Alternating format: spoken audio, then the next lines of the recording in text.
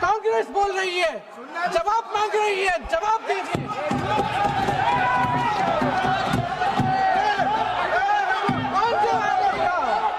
कौन जवाब देगा? गृह मंत्री जी जवाब देंगे।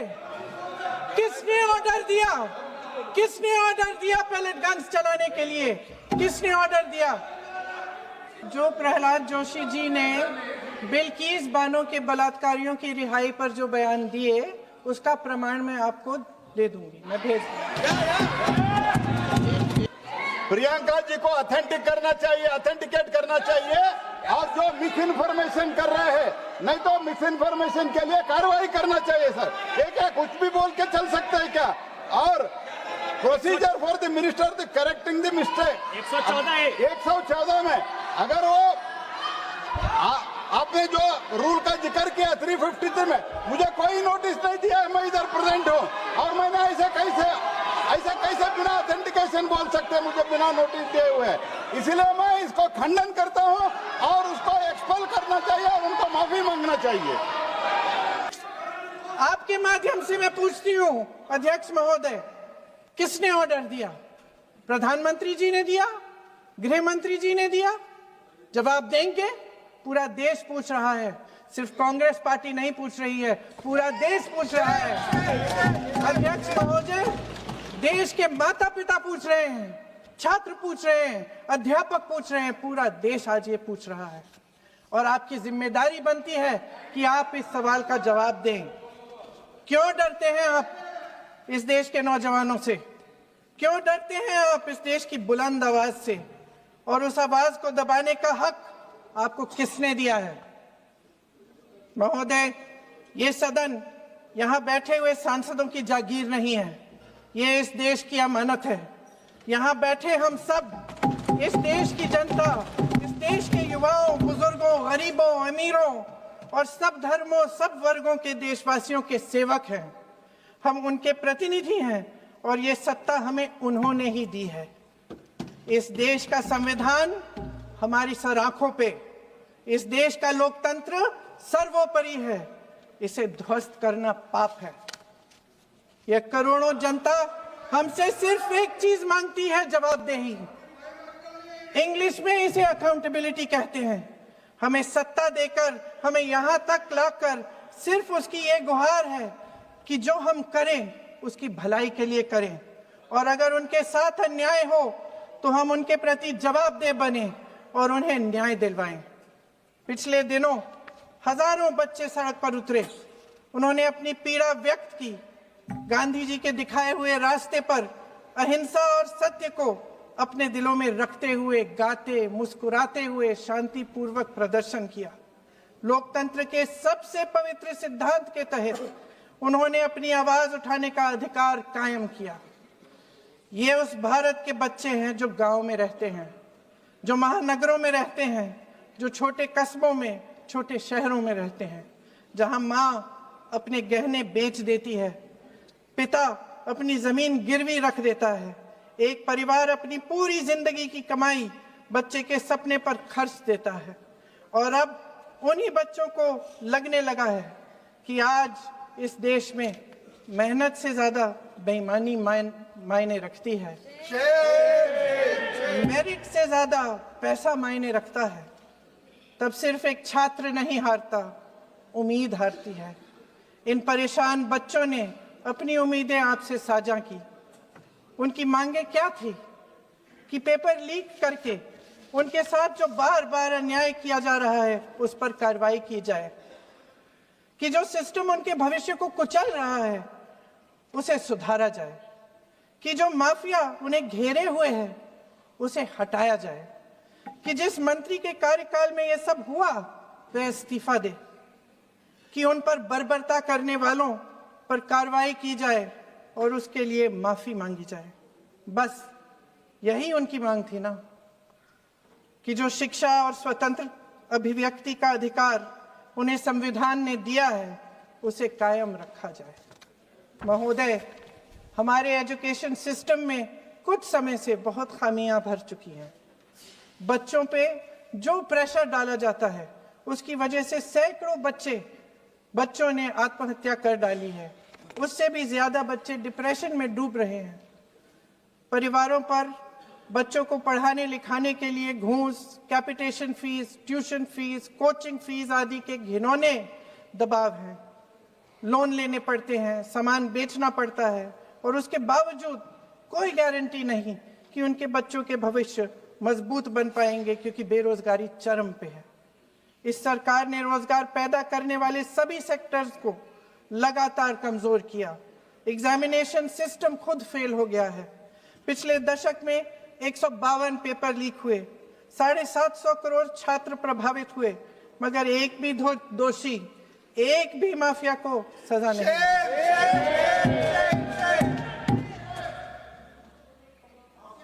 हमारे एजुकेशन में आरएसएस के प्रचारकों को भर भर कर उसे खोखला बना दिया है। जबरदस्ती एनटीए बनवाकर सिस्टम का केंद्रीकरण करके उसे और भी उलझा दिया।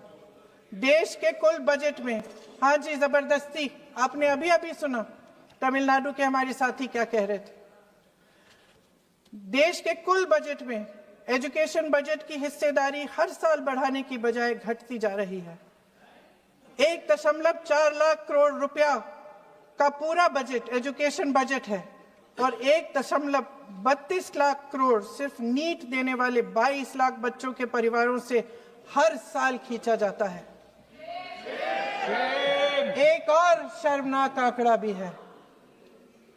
1.4 लाख करोड़ रुपया हमारा पूरा एजुकेशन बजट और 16 लाख करोड़ रुपए जो मौजूदा सरकार ने बड़े उद्योगपतियों के लोन माफ किए हैं।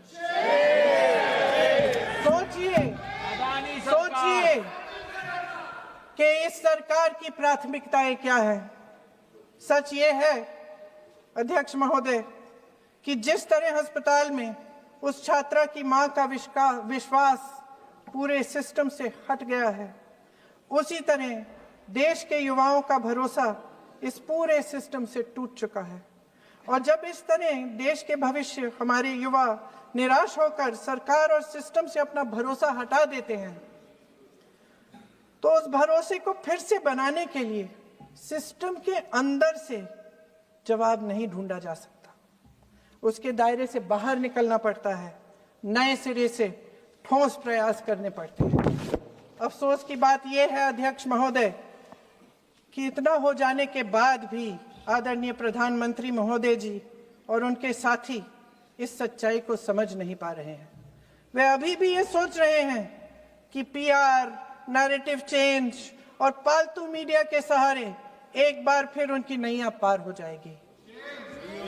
परसों शिक्षा मंत्री जी ने शर्मनाक परिस्थितियों में अपना इस्तीफा दिया और कल यहीं मकरद्वार पर मेरे सत्ता पक्ष के सांसदों ने जिंदाबाद के नारे चिल्लाते हुए उनका संसद में ऐसे स्वागत किया जैसे मानो कोई सुपरस्टार पहुंच गए हैं। विडंबना देखिए महोदय, जब भूतपूर्व शिक्षा मंत्री को मुकुट पहनाया जा रहा था, स्वागत हो रहा था उनका, तब महाराष्ट्र में एक परिवार पेपर लीक पीड़ित अपनी बेटी की आत्महत्या का शोक मना रहा था। आपकी सरकार ने देश के करोड़ों छात्रों को क्या संदेश दिया? आपको किस बात का गौरव है, किस बात का अभिमान है? ये कौन सा अहंकार है? जहां आंखों में शर्म होनी चाहिए, वहां बेशर्मी और स्वागत के नगाड़े बजाए रह रहे हैं। एक तरफ मातम है, दुख है, यहां फूल माला डाल रहे हैं। कोई आप पर कैसे यकीन करे? प्रधानमंत्री महोदय जी ने नया शिक्षा मंत्री चुना, एक ऐसे व्यक्ति को इस पद पर आसीन किया जिसने एक गर्भवती महिला के बलात्कारियों की रिहाई पर अपनी सहमति व्यक्त की, खुशी जताई। देश की करोड़ों लड़कियों को प्रधानमंत्री जी ने क्या संदेश दिया? सर, अखबारों में है। प्रियंका जी को ऑथेंटिक करना चाहिए, ऑथेंटिकेट करना चाहिए, और जो मिस इन्फॉर्मेशन कर रहे हैं, नहीं तो मिस इन्फॉर्मेशन के लिए कार्रवाई करना चाहिए सर। ये क्या कुछ भी बोल के चल सकता है क्या? और procedure for the minister the correcting the mistake 114 में अगर वो आपने जो रूल का जिक्र किया 353 में, मुझे कोई नोटिस नहीं दिया है, मैं इधर प्रेजेंट हूँ और मैंने ऐसे कैसे बिना ऑथेंटिकेशन बोल सकते मुझे बिना नोटिस दिए हुए। इसलिए मैं इसको खंडन करता हूँ और उसको एक्सपेल करना चाहिए और उनको माफी मांगना चाहिए।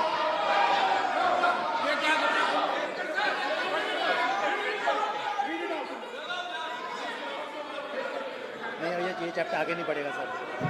Bill pay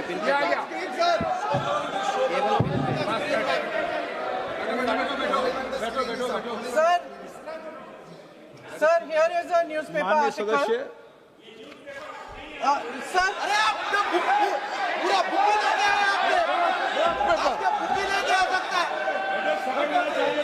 sir written by a respected माननीय journalist. सदस्य, I will authenticate using this, sir. आप माननीय सदस्य प्लीज इसको छोड़ दें। नहीं बात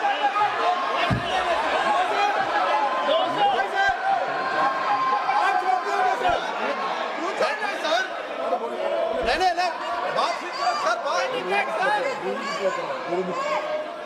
सर आकाश जोशी जी अपने बयान का इस खंडन कर विधेयक रहे पर ही हैं क्या? चर्चा होगी। आप इस बयान का खंडन कर रहे हैं क्या नहीं, जोशी जी? माननीय से पूछेगा। सदस्य, मैं आपसे फिर आग्रह कर रहा हूं, इस सदन में इस विधेयक पर ही चर्चा होगी। फिर भी नो, ये विधेयक का विषय नहीं है। आप नो, आप बोलो तो विधेयक पे बोलो, ये मेरी अपेक्षा आपसे। प्लीज सर, कभी- छोड़िए, ये रख दो। इस विषय को छोड़िए।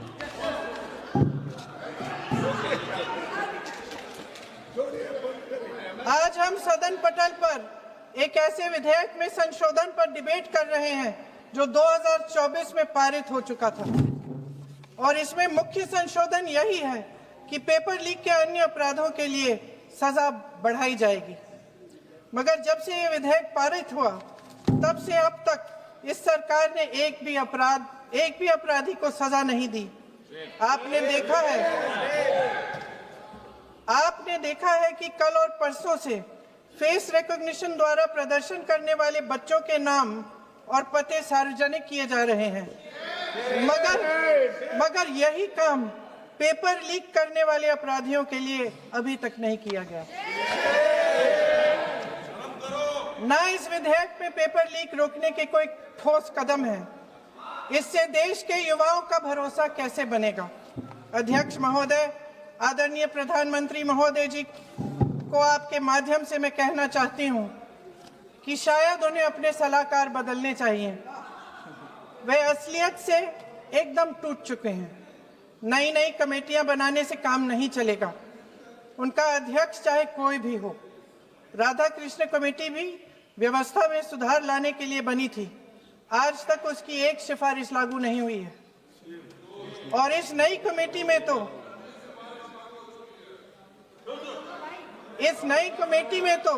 एक एक्स-आईबी चीफ,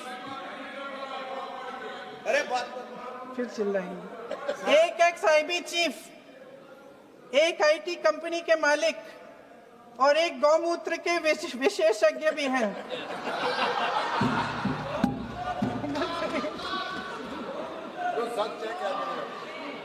इन्हें शिक्षा के बारे में क्या पता जी?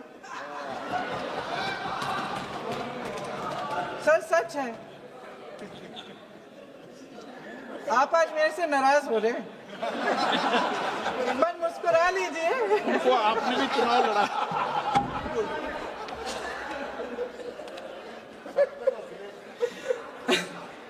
सर फास्ट ट्रैक कोर्ट्स का रिकॉर्ड पहले से ही बहुत खराब है। वैसे भी कल की सुनवाई में सीबीआई का वकील पेश ही नहीं हुआ। संसद में विपक्ष को दोषी ठहराने से, खोखले राजनीतिक खेल खेलने से काम नहीं चलेगा। आप जेन जी का भरोसा वापस जीतना चाहते हैं तो नए एंगल से, अपने फोन से नए वीडियो बनाने से नहीं होगा।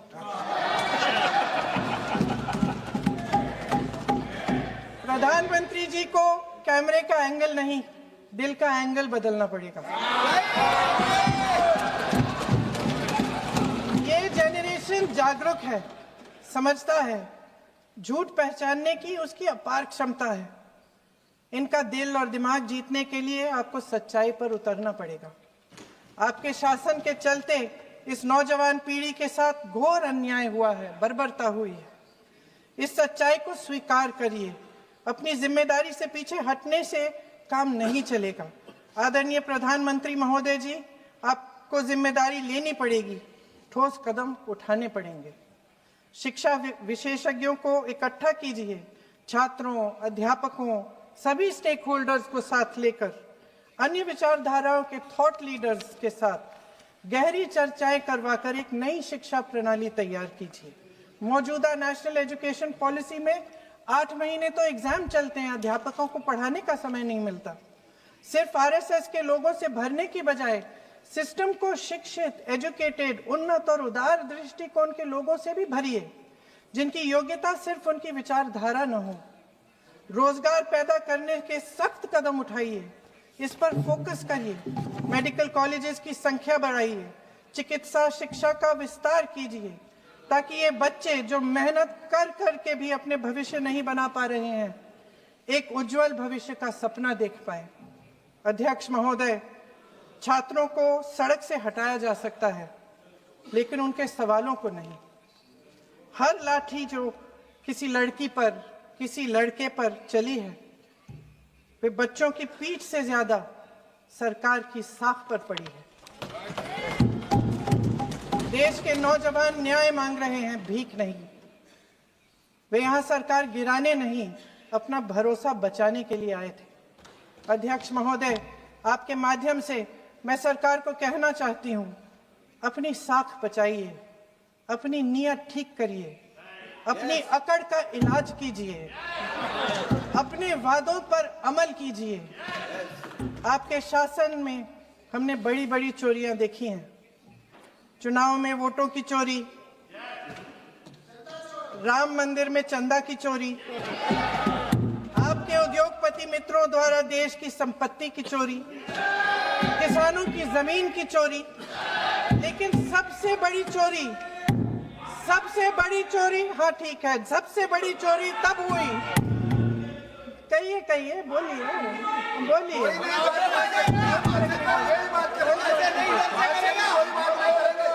सुन लीजिए, शांति से सुन लीजिए, शांति से सुन लीजिए। आपको मौका मिलेगा, आप जितनी भी चोरियों की बात करना चाहते हैं आप कर लीजिए, अभी मेरा समय है। सबसे बड़ी चोरी तब हुई जब देश के नौजवानों के भविष्य, उनके सपने चुराए गए। भविष्य की चोरी, सपने की चोरी किसी भी चोरी से कहीं बड़ी होती है महोदय। अगर देश का युवा निराश हो जाए, अगर देश का युवा निराश हो गया, उसकी उम्मीद टूट गई, तो सबसे बड़ी हार भारत की हार होगी। और हम कांग्रेस और विपक्ष के लोग जान दे देंगे, मगर भारत की हार नहीं होने देंगे। जय हिंद। सर, अब तो मुस्कुरा लीजिए, भाषण खत्म।